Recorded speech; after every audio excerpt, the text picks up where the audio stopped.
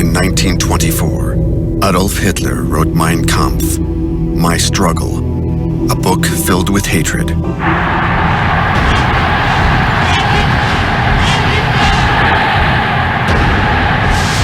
Adolf Hitler, born April 20, 1889. He commits suicide on April 30, 1945. How did this Austrian who came out of nowhere succeed in conquering Germany? How did he sow the seeds of hatred and violence?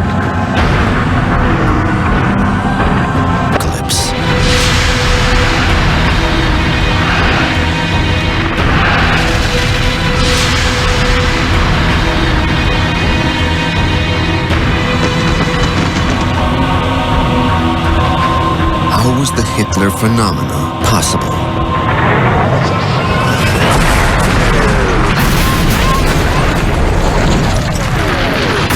In Mein Kampf, Hitler writes, "The First World War was the most unforgettable and most sublime moment in my earthly existence." For 4 years, Corporal Hitler has been a courier, carrying messages for Bavaria's 16th Infantry Regiment. He runs from trench to trench, delivering the soldiers their orders. It's a dangerous assignment. He is decorated with the Iron Cross. He will wear his Iron Cross underneath his Nazi Party insignia.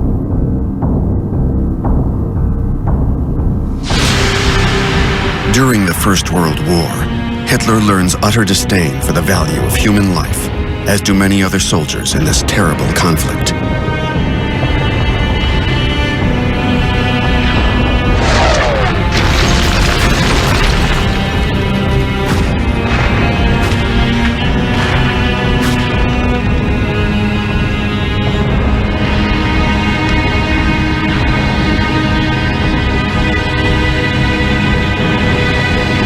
Hitler gradually becomes a fanatical nationalist.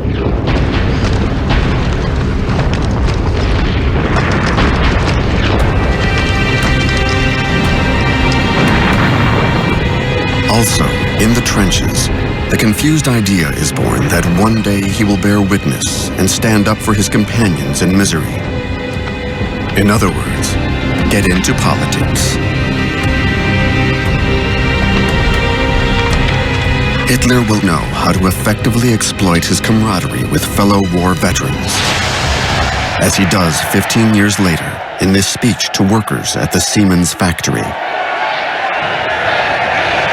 Volksgenossen und Genossinnen, meine deutschen Arbeiter, ich bin aus euch selbst heraus, bin einst selbst unter euch gestanden, bin in 4,5 Jahren Krieg wieder mitten unter euch gewesen und habe mich dann durch Fleiß, durch Lernen und ich kann sagen durch Hungern langsam emporgearbeitet.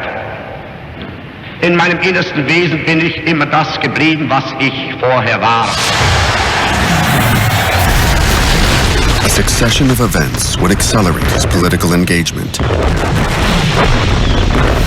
On the night of October 13, 1918, a gas shell attack makes him temporarily blind. He is evacuated to a field hospital and then to Germany. Meanwhile, at the front, the Germans are pushed back and many are taken prisoner.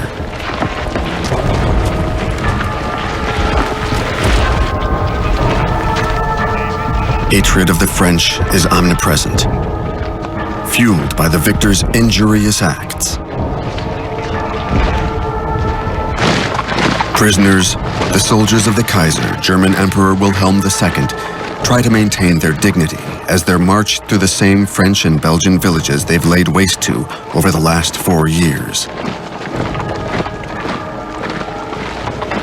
The rest of the German army begins its retreat. These soldiers will keep the bitterness of a defeat that is portrayed by extreme right-wing propagandists as being caused by Germany's unpatriotic elements, those who negotiated with the enemy. At this moment, an event occurs in Hitler's life that he will always consider a turning point.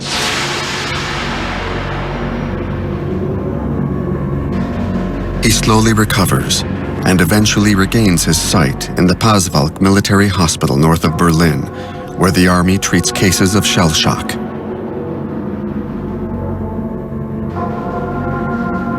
Hitler recounts that when he learned of the emperor's abdication, the end of the German monarchy in favor of a republic, and the armistice of November 11, 1918 that marked Germany's defeat, he heard an inner voice. He states, "This voice called me to free the German people and to restore Germany's greatness." To this hallucination, Hitler will add his obsession. For him, the German eagle was stabbed by the Jews.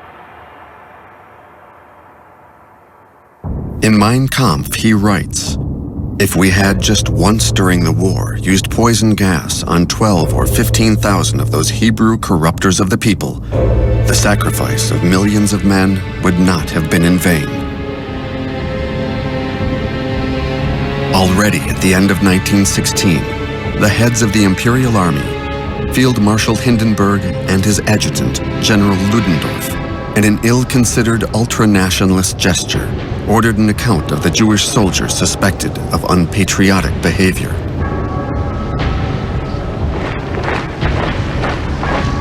Anti-Semitism goes back centuries and knows no borders. Dogged by this destiny throughout history, the Jews, whether poor and living in ghettos or assimilated in bourgeois, periodically become scapegoats in times of crisis.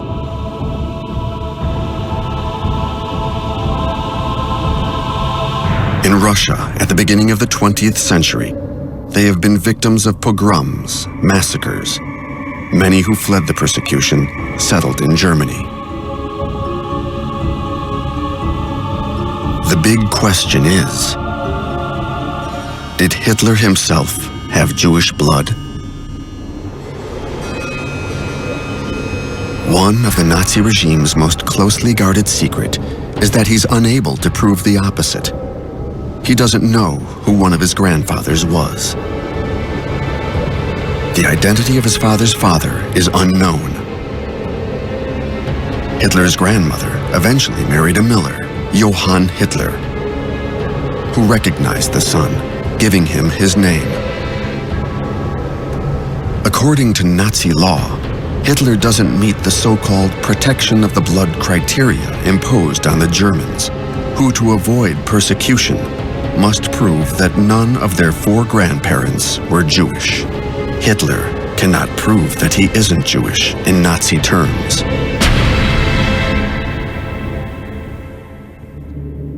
April 20, 1889. Adolf Hitler is born to a Catholic family in what is then the Austro-Hungarian Empire in Braunau am Inn, a small town on the border with the German Empire. His father is a customs officer. A widower, he remarried his much younger cousin, making it an interbred union. During Hitler's early childhood, the family moves often due to his father's changing assignments along the border. At 8, he is an altar boy in this monastery. He sings and admires the priest's self-sacrifice and sense of mission. He notices a strange cross upon the monastery's pediment. It prefigures the swastika, which will become the Nazi emblem. Hitler will always remember the monastery's cross, as if it were a portent of his destiny.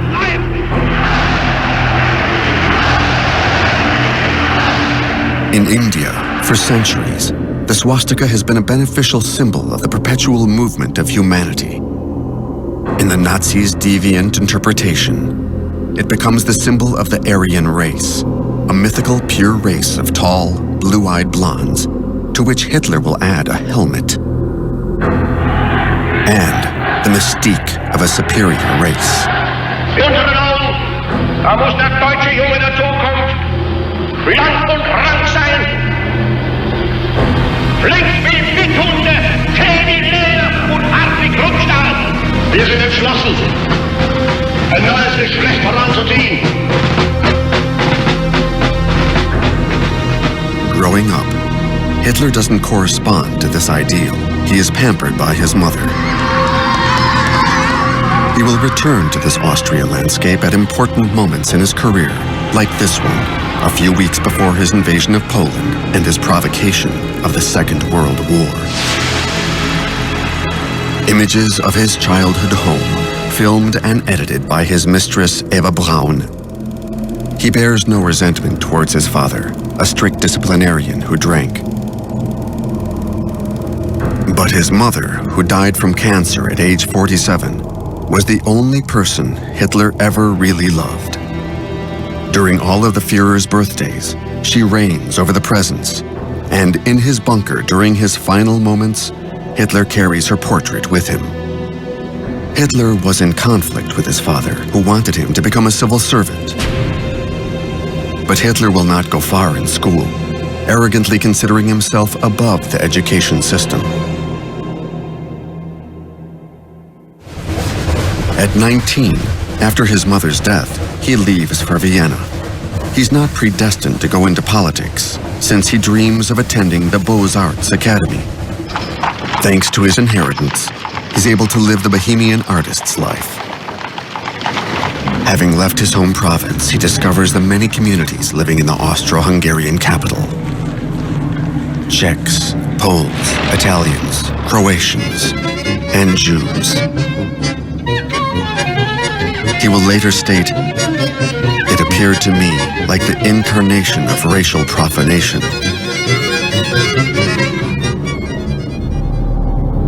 He makes a try at the Beaux-Arts entrance exam that he barely prepares for. Despite all his ambition, he isn't admitted. The period that follows is a difficult one. It's just before the Great War. He lives in a boarding house for men and survives by copying postcards for tourists.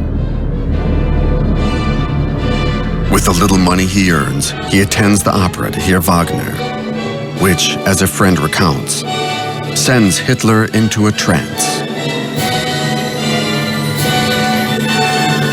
Hitler, whose everyday life is mediocre at best, dreams of these heroes of Germanic legend. One of his favorite operas is Rienzi, in which a young warrior takes on the mission of saving his people.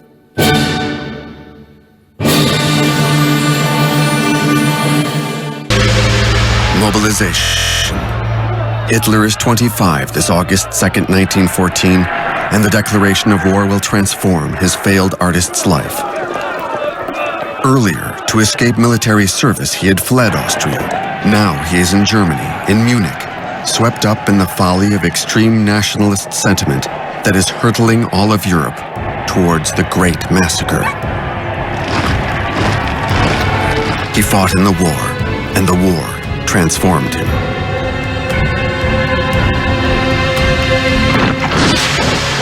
After 4 years with his regiment, he returns to Munich, to a Germany in the throes of revolution. Hitler is 30 years old. A decisive period opens up before him. Above all, he wants to remain in the army, which guarantees order and stability for the new regime of the Social Democrat president, Friedrich Ebert. The young republic must deal with the Marxist revolutionary movement, who are trying to seize power like the Bolsheviks did in Russia 2 years before.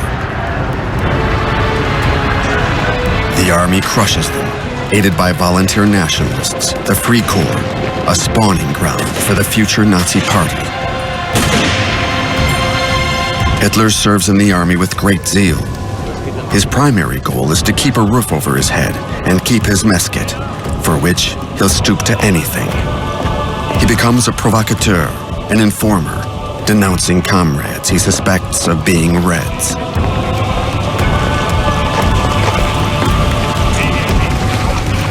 His superior officers, whose duties include controlling the population by combating communist ideas, take note of his anti-revolutionary fervor. They give Hitler a mission.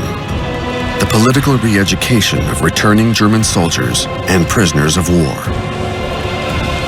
Hitler's commanding officer notes, "He's a natural-born orator. His fanaticism and populism captivates listeners, forcing one to think as he does." Hitler says, "At that moment, I understood that I knew how to speak." From his beginnings, Hitler knew how to escalate intensity and to feed his listeners exactly what they wanted to hear. In 1919, he denounces the national shame of the Treaty of Versailles.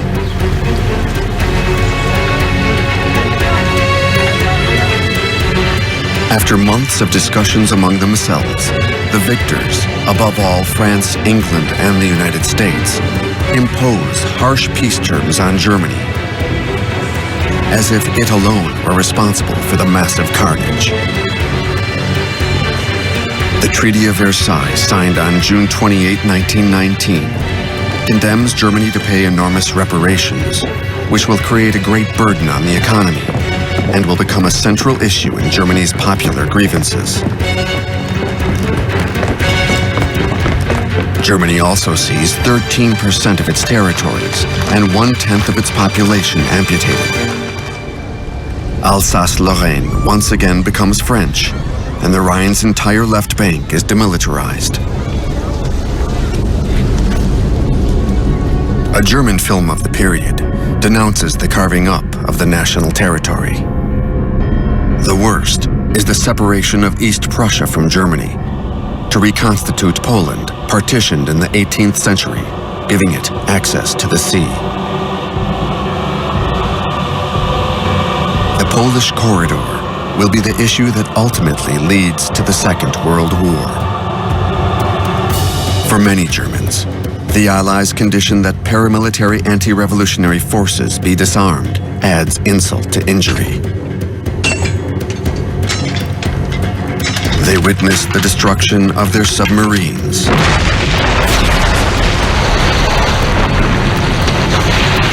their battleships, and their air force. Germany's army is reduced to 100,000 men. Hitler, against his wishes, is demobilized into this Bavarian region in upheaval, where the right-wing extremist groups proliferate. Here, he is filmed for the first time during a demonstration of the DAP, the German Workers' Party. As early as 1919, the army has ordered him to infiltrate and spy on this group. Lacking better prospects, he remains a member and develops into a full-time political agitator. Politically, Bavaria is on the far right, whereas power in Berlin is with the center-leftist Weimar Republic, named after the city where the new constitution has just been voted into law.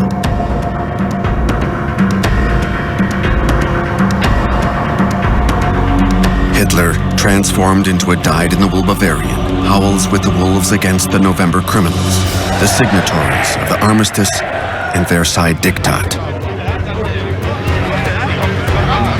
These sentiments are shared by the army, especially by the war veterans, who gather in Munich's large beer halls.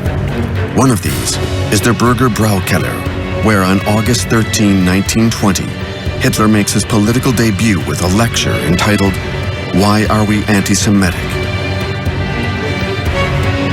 For Hitler, the answer is, beyond his visceral hatred for the Jews since the German defeat, that anti-Semitism is the best strategy for attracting nationalist militants. Hitler galvanizes the radicals of his small right-wing extremist group. They make him their leader and buy him a car, evidence of his importance. Hitler changes the party's name, associating the terms national and socialism. His goal is to create a wider appeal and to show his anti-capitalist stance. The DAP will now be the NSDAP, the National Socialist German Workers' Party, the abbreviated form of which is Nazi. In his small headquarters in a Munich beer hall, he draws his party's emblem. He will write in Mein Kampf. After innumerable attempts, I chose a red flag to show our movement's social dimension, with a white circle representing our nationalism, and the swastika, symbol of the Aryan, the eternal anti-Semite. To protect their meetings, he creates the SA Stormtroopers, his assault unit, a small militia whose uniforms he obtains from a stock of the former Austro-Hungarian customs office. His radicalism increases the party's membership from 2,000 to 20,000. He succeeds thanks to the help of a racist sect, the Tool Society, named for a legendary Nordic kingdom.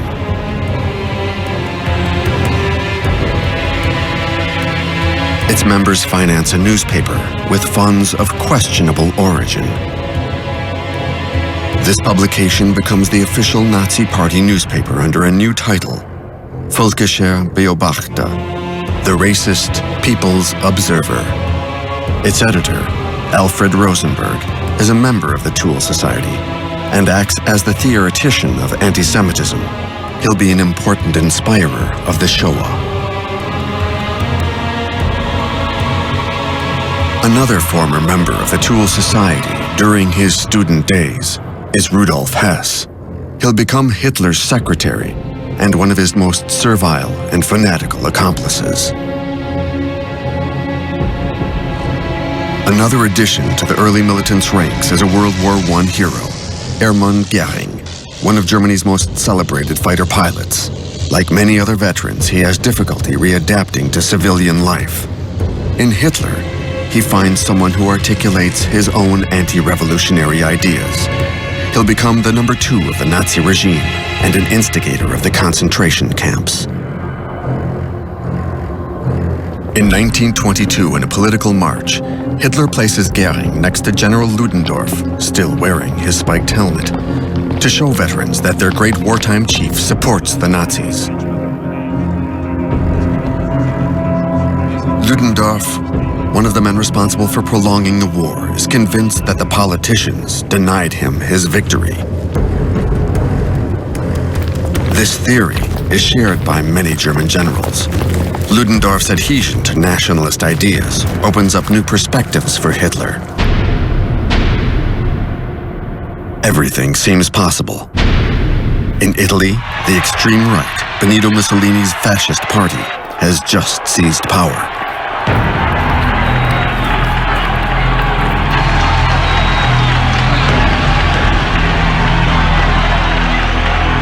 Will the German Mussolini be Hitler? 1923 will be the decisive year.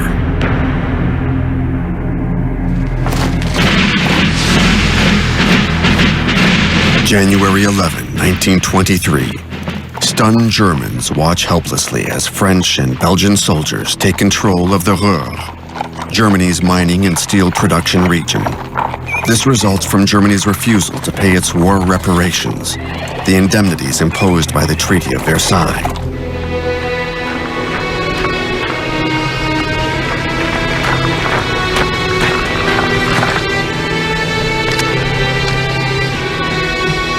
The French and Belgians are taking payment directly in the form of coal. Consequently, the German government orders passive resistance, a miners' and rail workers' strike.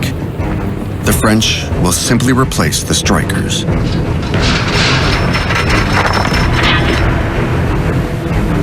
No coal is left for the Germans. The situation becomes dangerously tense. On March 10, 1923, a French officer, Lieutenant Pierre Coulpin, of the 17th Infantry Battalion, is assassinated. His coffin travels home through towns, and French officers slap any Germans who don't remove their hats.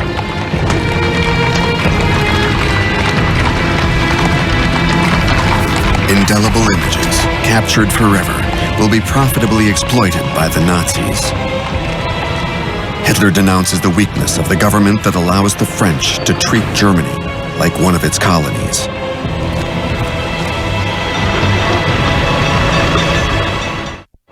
Germans are cold. Germans are hungry.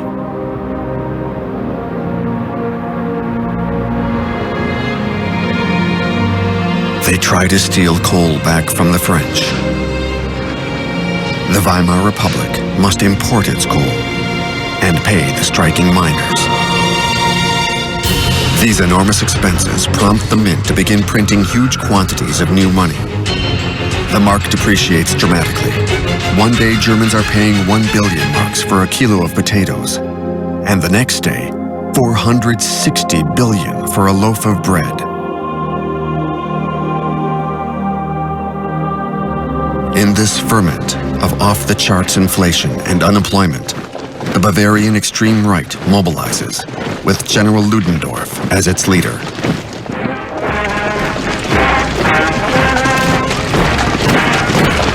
Thanks to Ludendorff, Hitler manages to unite all the veterans groups embittered by the defeat. He wants to attempt a putsch, a coup d'etat, to march on Munich and then Berlin. Hitler says, "Our people are subjected to such extreme economic conditions that if we don't act now, they'll change over to join the communists." Thanks to their accomplices in the army, the Nazis succeed in procuring guns. However, the army and police decide to remain loyal to the legal government. For Hitler in Munich, all seems lost. But he holds on to the wild fantasy that he and Ludendorff can still bring the population along with them. So he orders his troops to advance on the threatening police barricades. The two camps are face to face, with Hitler in his white coat in the middle. In fact, this is a Nazi photo montage intended to fabricate the myth of Hitler's courage. In reality, he was behind a bodyguard who was killed in the shooting, for the police opened fire, putting an end to Hitler's 1923 putsch. Hitler was arrested, and the National Socialist Party banned. The great Austrian author Stefan Zweig wrote, "Thus, in that year of 1923, the swastikas and stormtroopers vanished, and Hitler's name sunk into oblivion again."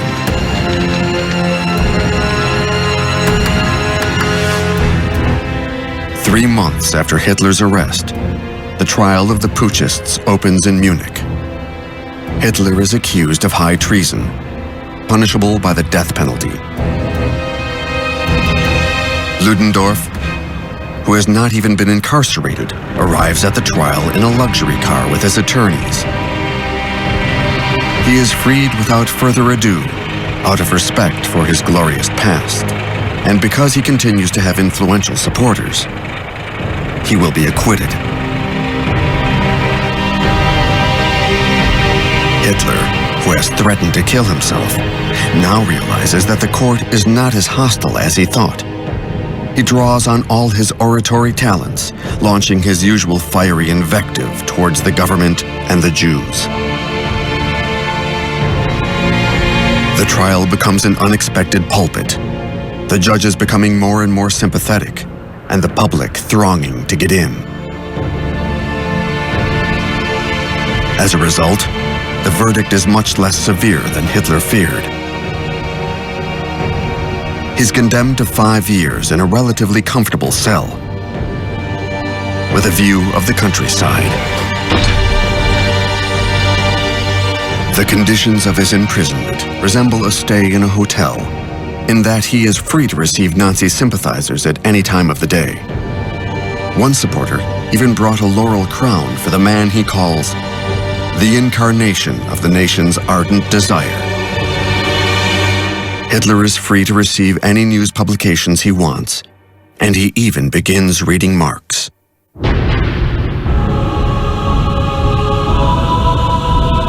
Rudolf Hess, condemned to 15 months for his role in the putsch, has the neighboring cell and joins the small group who essentially discuss infighting between the right-wing parties, who are tearing each other apart. Hitler's return is becoming a necessity. His accomplices on the outside devise a strategy to have his release brought forward. Hitler realizes he'll soon be freed, and he feels the need to expound his singular view of life and his political principles. Nazi journalists rewrite his hurriedly written manuscript. Hitler wants to name the book 4.5 years of struggle against lies, foolishness, and cowardice. But this title is considered too long and is changed to Mein Kampf, My Struggle. It contains Hitler's entire worldview, and the Nazis will make it their new Bible. Transcribed like the Holy Scriptures and bound like the great medieval manuscripts. Hitler rants about the struggle of the master race, the tall, blonde, Aryan Germanic race, the necessary conquest of its living space, the eradication of communism, and the crushing of France and the Jews, who, in Hitler's eyes, do not even belong to the human species. At the time, many readers judged the book to be errant madness. A fatal error. On the contrary, it should have been read carefully and taken seriously, for it's at the root of the deaths of 50 million human beings. Hitler is released from prison on December 20th, 1924, for good behavior. Now, he dreams he's a successor to the great founders of the German nation, such as Bismarck. He claims, "My time in prison brought me confidence, optimism, and a belief that nothing could ever shake me again." And yet, his journey through the political desert is only beginning. Mein Kampf is a failure, selling barely 20,000 copies.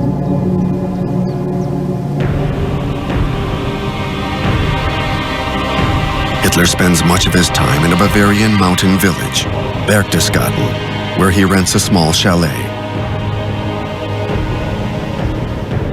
He writes the second volume of Mein Kampf. It deals mainly with his project of expanding Germany's living space into Russia.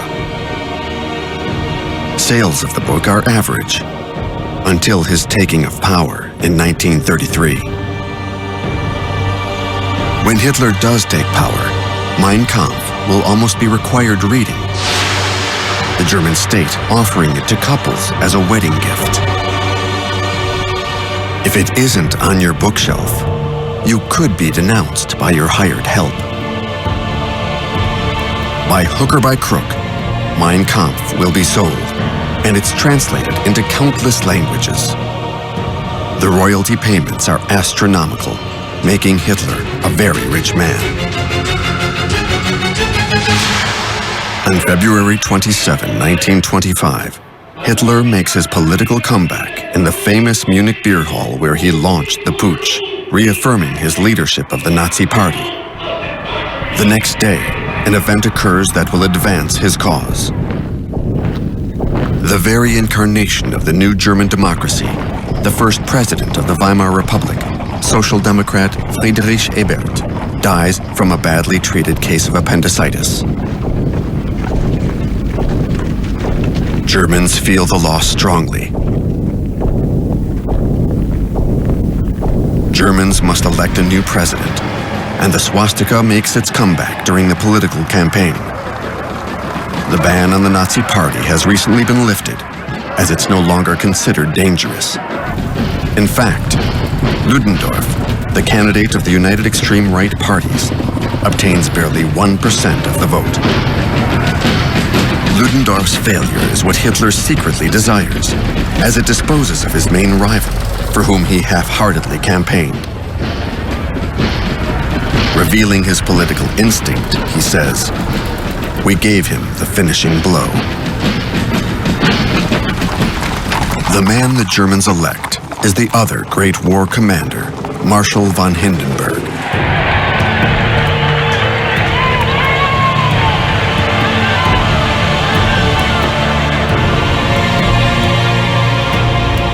In 1870, as a young officer, he was present at the proclamation of the Second German Empire in Versailles' Hall of Mirrors. He reassures the army and unites the conservatives, which worries the left and the rest of Europe. Hitler will lie in wait. The Nazi Party succeeds in spreading its cancer throughout Germany, its membership reaching 170,000.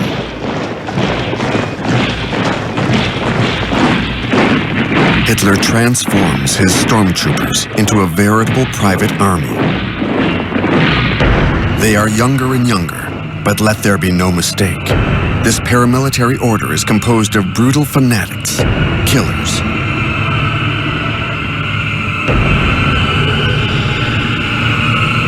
Their new uniform earns them the nickname, the Brown Shirts.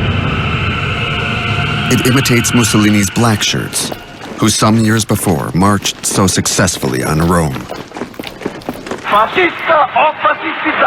Another symbol borrowed from Mussolini is the Roman salute, the outstretched arm accompanied by a guttural cry. In Mussolini's case, it's Viva il Duce. With Hitler, it becomes Heil Hitler, long live Hitler. The SA uniform is created by a select team of German designers. Among the manufacturers is Stuttgart designer Hugo Boss, who promotes it in his ad campaigns. Hugo Boss, a Nazi Party member, will also produce the terrifying black uniforms of the SS, the Schutzstaffel, Hitler's new protection unit, as well as the Hitler Youth uniforms. This is all very costly. The money mainly comes from rank-and-file Nazi Party members and from rich sympathizers such as steel magnate Fritz Thyssen, whose steel plants are ready to forge new guns. They also include Henry Ford, the world's largest car manufacturer. The anti-Semitic Henry Ford will strongly support the Nazis. Ford will be the first foreigner the Nazis decorate with the Order of the German Eagle. In 1907, Hitler chooses Nuremberg, a Nazi bastion and a medieval city of historical significance, with a Wagnerian allure which brings out its connection to the Germanic warlords of the Dark Ages.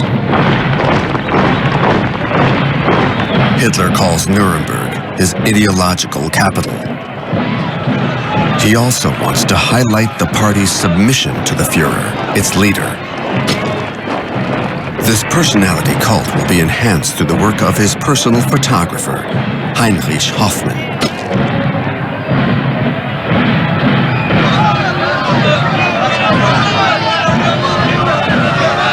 Always at the center of events, a Nazi from the start, a virtuoso of the Leica, he is always close to his master. Hoffmann takes a series of surprising photographs intended to show the great leader's personal side.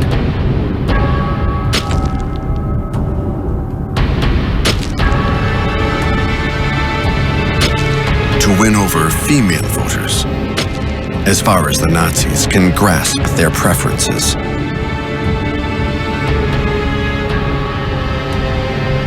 In Hoffmann's small Munich photography shop, Hitler, as always, inspired by Wagner and fascinated by opera singers' theatrical movements, studies a whole range of gestures conveying domination, which he will use in the first big Nazi rallies. Hitler states, "The masses are feminine and stupid. Only emotion and hatred can keep them under control."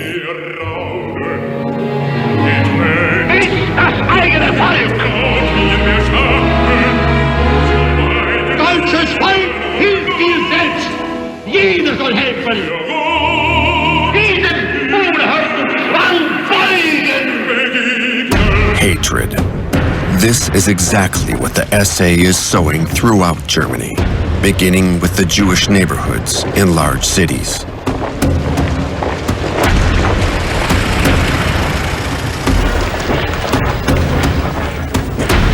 In what is still a peaceful society, Stefan Zweig is a witness to the birth of violence. He writes, "It was the fascist method, but in the German style, carried out with military precision. At the blow of a whistle, the SA would leap from the trucks with lightning speed, beat people up with their billy clubs, and at the sound of another whistle blow, they would jump back into their trucks and race away as fast as they had come.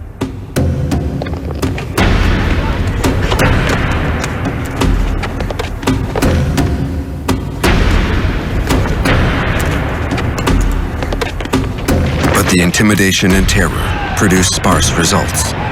In Germany's 1928 legislative elections, the Nazis obtained only 2.6% of the vote, less than 1 million ballots. The Communists received 3 times as many, the Central Party 4 million, and the Right 5 million. The Social Democrats come out on top with 10 million votes. Yet in the Reichstag, Berlin's parliament, this 2.6% of ballots, mainly from rural areas, translates into 12 new Nazi deputies. They create quite an impact, as almost all are wearing SA uniforms. Among them, making his comeback, is Hermann Göring. Wounded in the lower stomach during the putsch, he's gained a lot of weight and become addicted to morphine. It is finally Joseph Goebbels' grand entrance into politics. He closely corresponds to a maxim formulated by Nietzsche in the previous century. Fanaticism is the only form of willpower to which the weak and irresolute can rise. Goebbels is hardly the tall, blonde Aryan type. He's short, limps, and has suffered from an inferiority complex since childhood due to his club foot. However, his diabolical cunning compensates for this handicap. He's a rebel against society who flirted with Marxism until the decisive meeting of his life with Adolf Hitler. Goebbels then saw the light. By refusing to publish his manuscripts, the Jews have prevented him from becoming a great writer, and the communists are responsible for the chaos in society. He states, "We enter the Reichstag like wolves into the sheep pen." But it's impossible at this moment for either the public or the deputies to grasp the significance of his statement. The general public's view of the Nazis is expressed in the newspaper, the Frankfurter Zeitung. Hitler has no coherent ideas or thoughts. Hitler is a dangerous madman. He's arrived at this point by following the wartime ideology to the letter, interpreting it in a primitive way, as if we lived in the times of the barbarian invasions at the fall of the Roman Empire.